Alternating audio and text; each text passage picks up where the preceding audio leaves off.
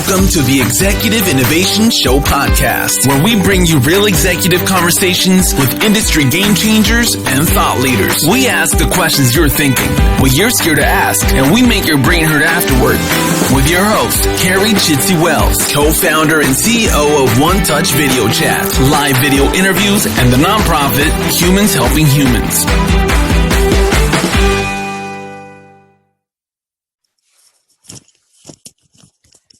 Hello, everybody, and welcome to today's show on the Executive Innovation Podcast. We're going to be talking about nursing your headache, HR challenges in healthcare, brought to you by One Touch Telehealth and live video interviews.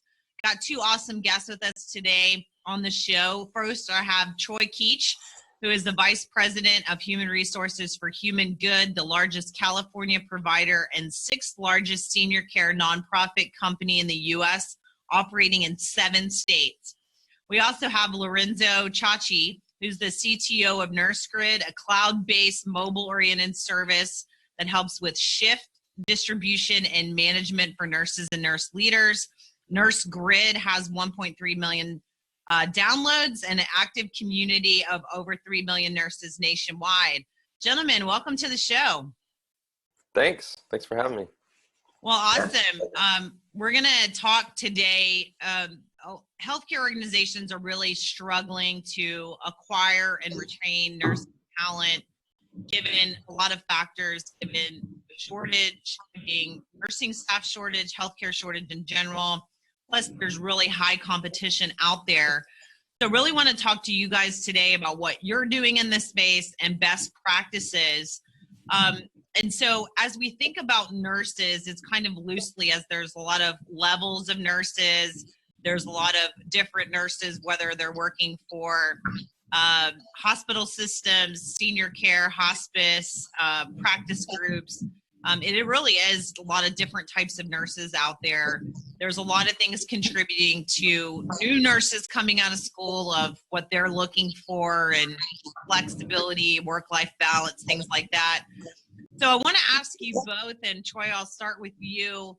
In what areas of healthcare are you seeing nursing have a difficult time hiring? And then which ones are, maybe not having as hard of a time as we break down some of those kind of silos for nurses? Well, I think everybody is having a hard time hiring. I'm friends with a lot of the heads of HR here in the Bay Area. One of the only places that's, never super short, but they still have a big challenge is Kaiser. They're the highest in wages. But everybody has a challenge. I did go to the nursing school here locally and asked them what they wanted. And the answer was, I can't provide it in senior care what they want. Their first choice was hospitals is where they want to work. Because that's probably what every nurse goes to school for is hospitals. But second, I honestly thought would be skilled nursing because it's like a mini hospital and you get a good relationship with the residents. But actually, they want, this school, almost everybody in the classroom was about like 25 or younger. Right. So they actually wanted to work in offices and clinics. And when I asked about it, they said, well, that would have better schedules in the hospital. So even though they're going into nursing, they were looking for that 9-to-5 job. Right. And flexible shifts and time off. So senior care, we were their last choice, to be honest. The fear of old people, right? Yes. Yeah, and then, we have 24-hour shifts, but with less pay. Right, so, right. And then there's also, your patient in a hospital comes and goes. You heal them up and they go away. We call them residents, and they stay there forever. Right. And and usually they only leave when they pass on. Right. So there's a big emotional side to our business that's a little bit harder than working in the hospital. Yeah. And Lorenzo, what are you seeing? Yeah, a lot of the same thing. I think the expectations are a little out of alignment with what's actually out there, right? It's been interesting since we kind of work across the swath of all the different types, and I feel like I think someone to become a nurse is sort of a special human being in the first place, but then with that comes sort of the want to have a normal life, and that's sort of the first thing that gets jettisoned in a lot of these situations. And yeah, the shifts are a lot crazier than people pre-anticipate, and the opportunities are a lot different than what they actually see available to them. So right. Yeah. So going back to Troy, kind of your comment about the nursing school, as we look at this, you know, as CHROs and chief people officers are dealing with these hiring challenges, whether they're in a hospital, skilled nursing, hospice, wherever they may be, it's a different type of recruiting now, because you do have these younger nurses coming out that may have different wants and needs in looking at their career, and different expectations of what they thought versus the real world of what's out there. But also puts a lot of onus on talent acquisition teams to kind of really stand out of the clutter. And so we've been seeing a lot of kind of innovative things versus your typical hiring process, where they're doing digital job fairs at, you know, nursing schools. And maybe it's not the top nursing school, it's a tier 2, and building those relationships through video versus kind of phone screens. They're doing things to passively recruit talent. You know, maybe recruiting from those hospitals somebody that's working a second or third shift, and kind of building that relationship to give them a reason to want to take off work to come and interview. Give me one example, maybe, Troy, of innovative things that you see in this kind of talent war that we might be seeing in the next year or two, that you think might be different than we've seen in the past. Well, as mostly it's, you know, it's Lorenzo and people like him that are making the technology the easier part to get to people. But what we found out, we had a CHRO dinner in the city the other day, and I think the young group is a little impatient as well as focusing on that time off. And so from the time they apply to the time that someone contacts them is actually the biggest part of where technology can help us. Yeah. So we went to, most in senior care, you don't have corporate recruiting, but we were spending too much on outside recruiters. So I have a professional lead nurse recruiter and started a recruiting staff here. But the biggest thing is to use the different venues of technology to reach out to the candidates, but to contact them as fast as possible, because there's 10 different people here in the Bay Area. I'm not the only person, or my recruiters aren't the only people going to these nursing schools to try to establish relationships. And we do the standard, let them do their practicals in our communities. And then our directors of nursing are, you know, trying to convince them that senior care is the place to go, that you don't want to go to a hospital or a clinic while they're there.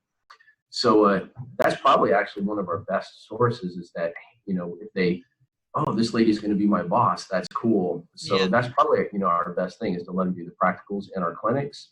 But from the technology standpoint, I don't think we're doing anything super innovative. It's just, it's actually just time, which I'm swapping technology platforms right now as we speak. And I don't promote, I'm going from the most popular one in the world to a less popular one. But the main thing is really, they want text messages now instead of email, which is really weird. And so text messages and contacting people right away is really the biggest thing. So if I can get them through our system as fast as possible before another recruiter reaches out, that's really the best way for success. Yeah, no, totally agree. And Lorenzo, where do you see kind of the shift from innovative on the talent side? I think it's a lot like what Troy was saying. It's interesting because I think the new generation of folks coming up, they have very different ways of wanting to communicate and how they do communicate now. And it's to get them engaged, it really takes like text messaging and push notifications, and a lot of the systems and larger applications that are out there to help us with all of that stuff aren't quite caught up to that, or aren't really set up to deal with that. So yeah, the lag on either full-time recruiting or agency side, even if the hospital's reaching out to a nurse, sometimes that takes a better part of a week to close that loop. And in that time, that nurse probably gets a whole handful of other offers. And so even from like a first response approach, that window becomes really elastic because everybody doesn't have a good communication funnel all the way along. And yeah, the similar problems on the full-time side, right? People aren't responding in the normal channels, so things get lost, right? People aren't connecting in the ways that we would expect them to connect, or a more formal approach, because people feel like text messaging is formal now, and push notifications and in-app messaging is normal now and formal, and that's a really different mindset. So yeah, I think the disparity in the communication chains make everything else really difficult on top of an already sort of challenging market, right? There's just more jobs than there are nurses. So, yeah. And do you guys think, we hear this all the time across all industries, and want to get your perspective from the healthcare side, do you think that the job boards have made it more of an HR challenge in healthcare, of the way that there are the algorithms that if you're searching for a job, with the click of a button, without even looking at a job description, you can just say, yes, apply. And you don't even really know what company you're applying to. So when the recruiter calls you, it's not like it's not like you sat there old school and said, oh man, this job description sounds great, I totally want to work at this company. You got an email that said, you've been matched to these 20 jobs, do you want to apply? And you never even looked at the 20 jobs, right?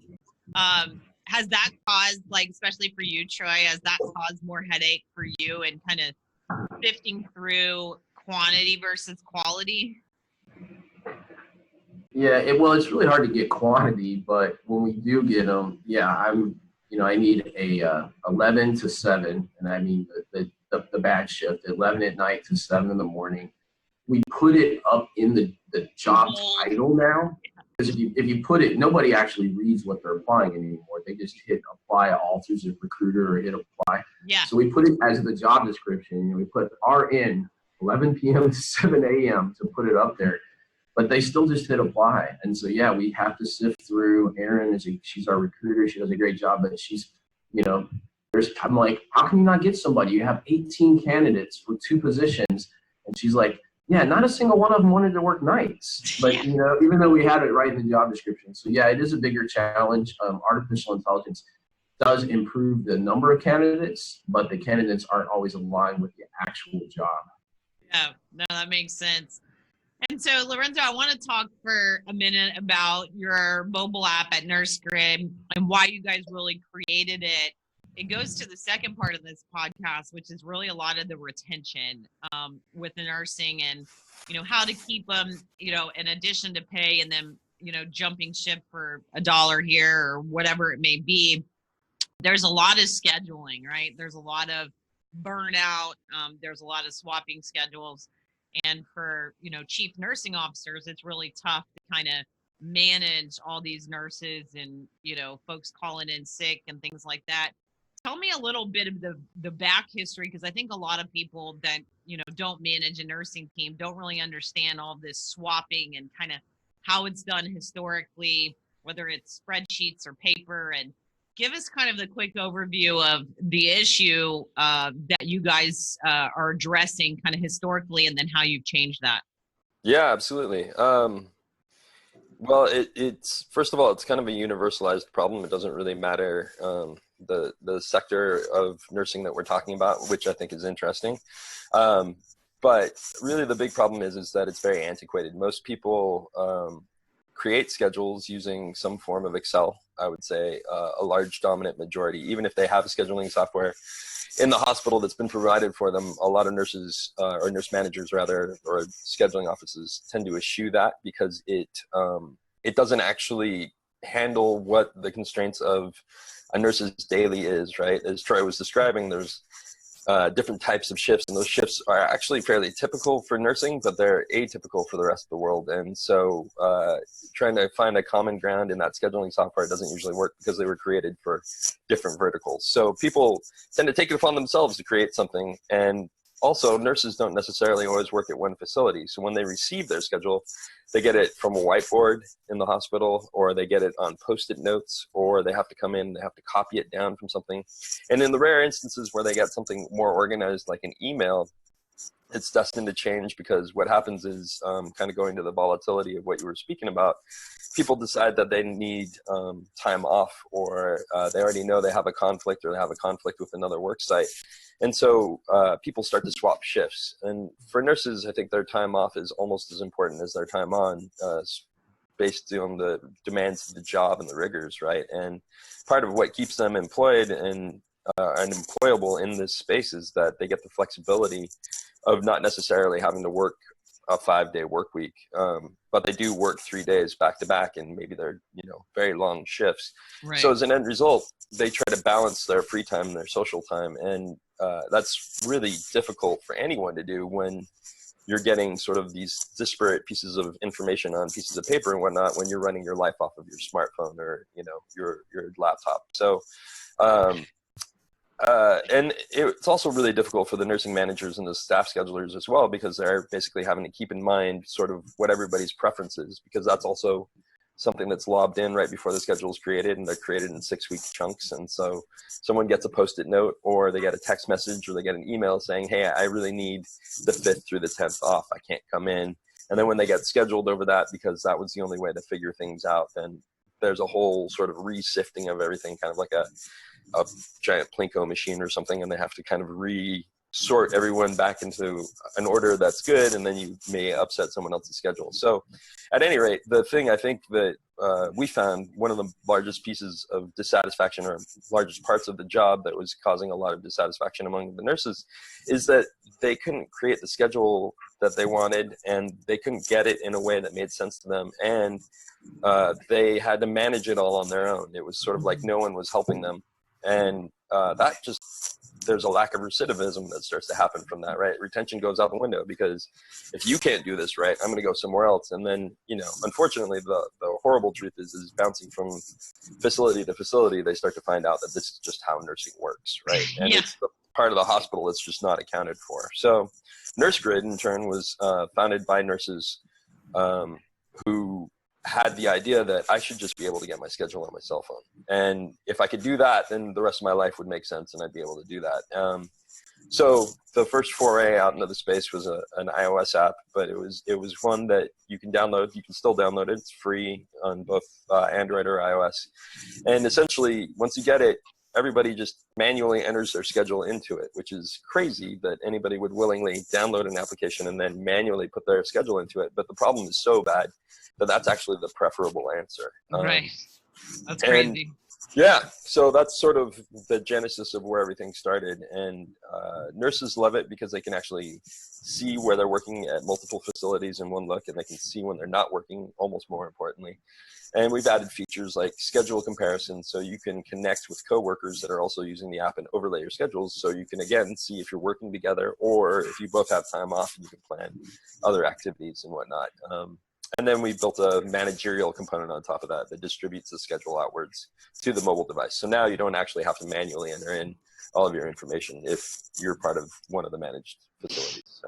So one of the things that we talked about that I thought was, kind of interesting that leads to burnout outside of this kind of manually scheduling was really what we were talking previously, and you were telling me about, I've got somebody that calls in sick or can't work, and I'm kind of hitting the same people, right? Because I've got this staff of people, but I know that, Carrie always, picks up a shift because maybe she needs money or she's off on Thursdays.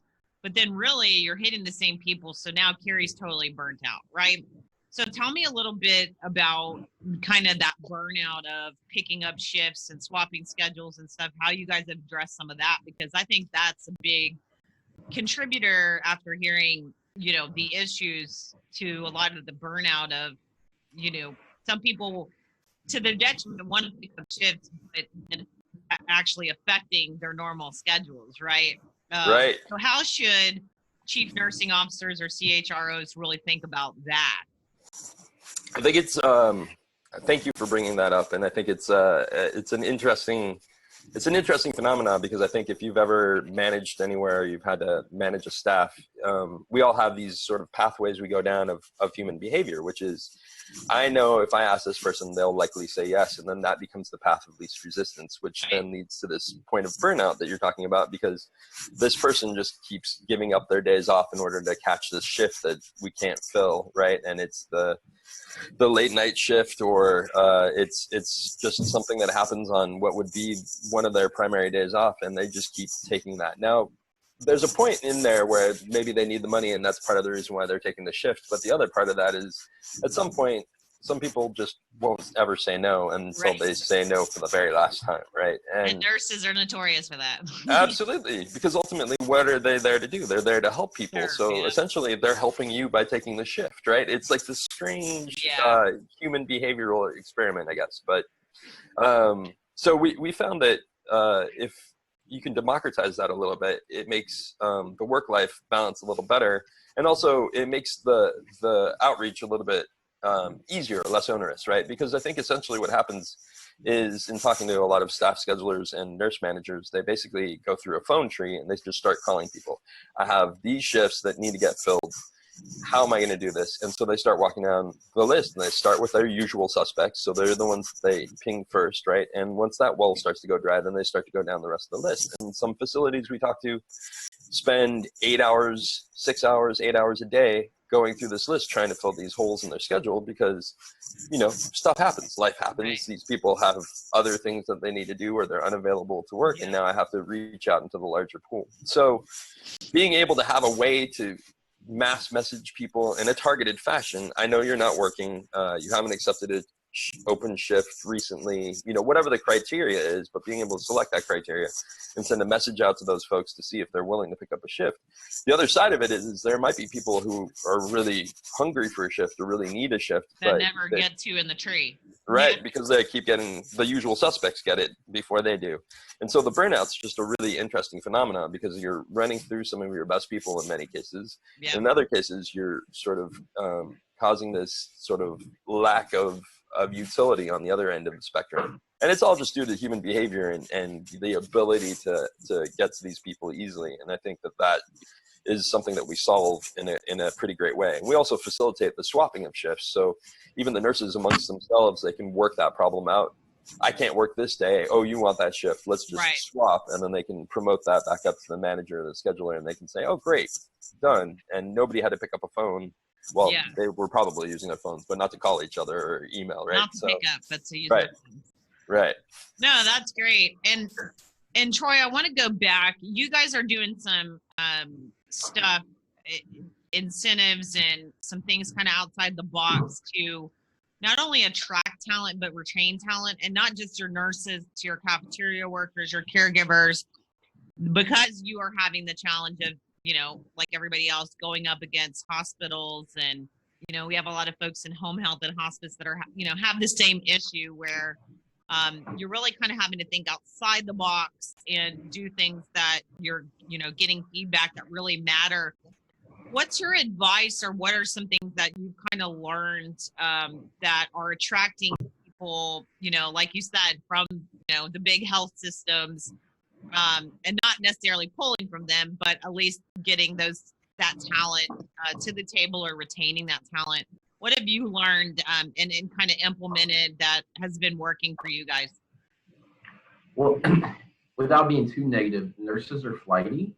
And once they've worked in one place and hopped and got more money somewhere else, I see it in the resumes. It becomes consistent. Yep. Our best nurses are the ones that we've grown ourselves. So as I mentioned to you before, we start with CNAs. Yeah. So CNA school only costs $1,500. I've seen some around the Bay that advertise for like $1,200.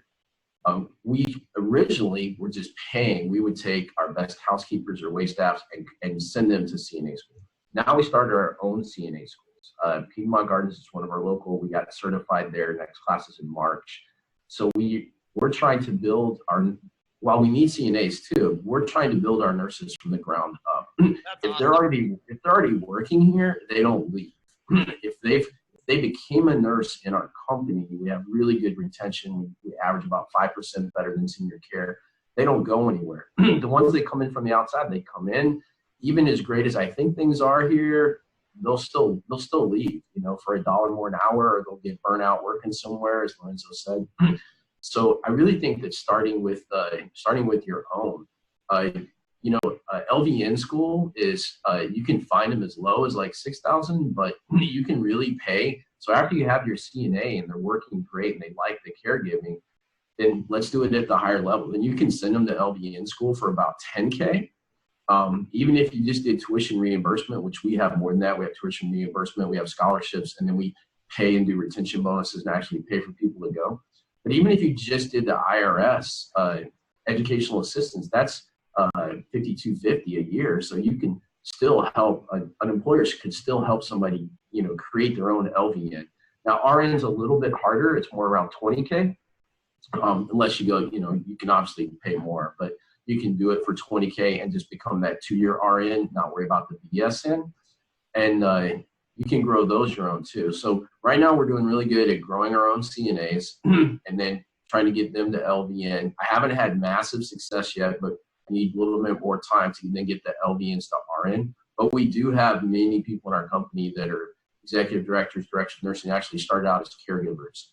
So once you're in a company and you like the culture, I don't think you'll leave.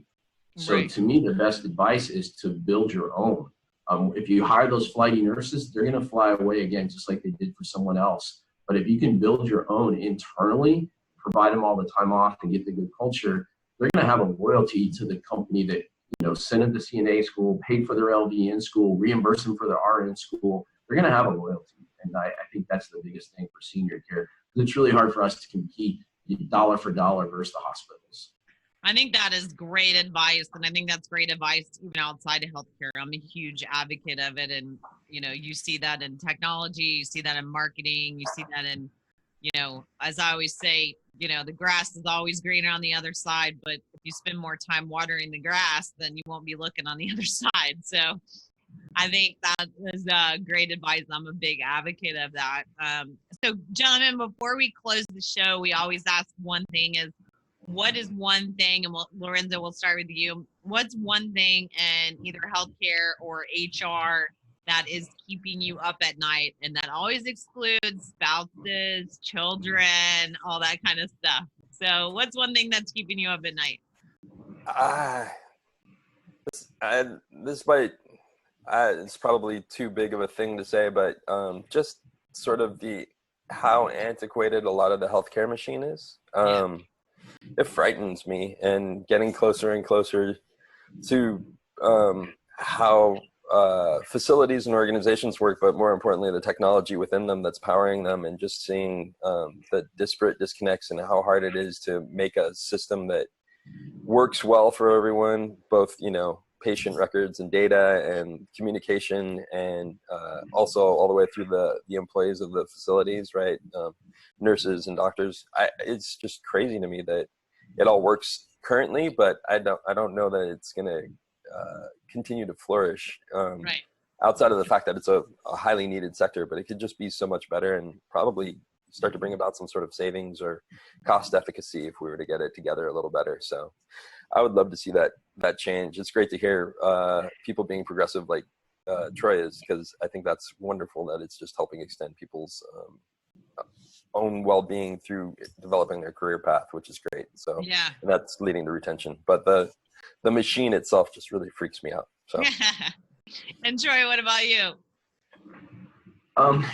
Talent acquisition and staffing levels versus sort of the wage compression that we have going, especially in California.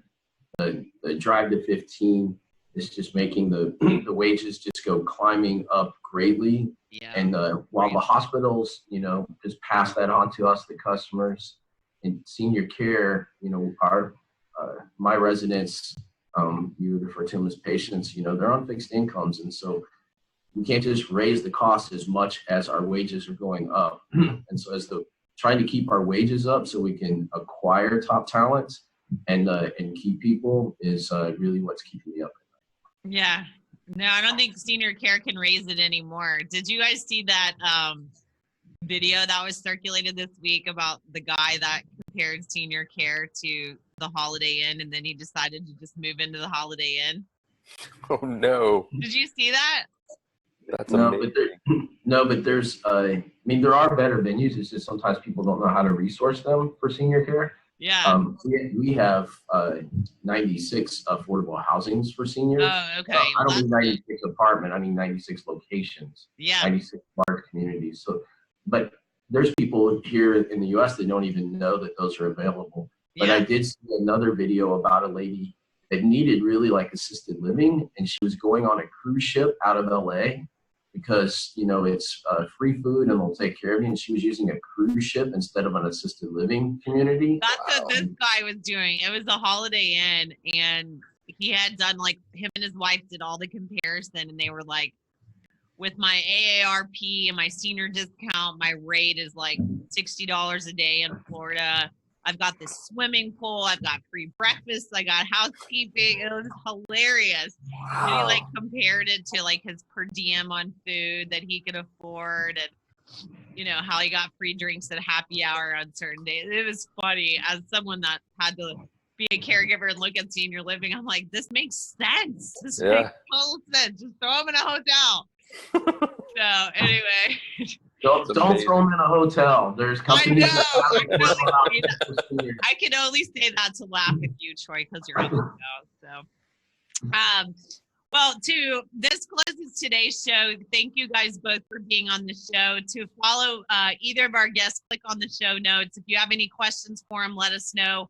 As always, make sure you subscribe to the podcast and get your Tuesday show. We're also now having a Thursday show, which is called The Knowledge Nugget. We're going to be taking a lot of your questions, and we're going to have key contributors that you've seen on the past in the podcast that will be answering your questions on Thursday. A new show coming starting in February. Guys, thanks so much for being on the show today and sharing such amazing knowledge to the audience. Thank you very much. This concludes today's show, and we will see you next week. This podcast has come to a close. To hear more from the Executive Innovation Show podcast, subscribe, submit questions, and share the love. Follow us on social. We're everywhere.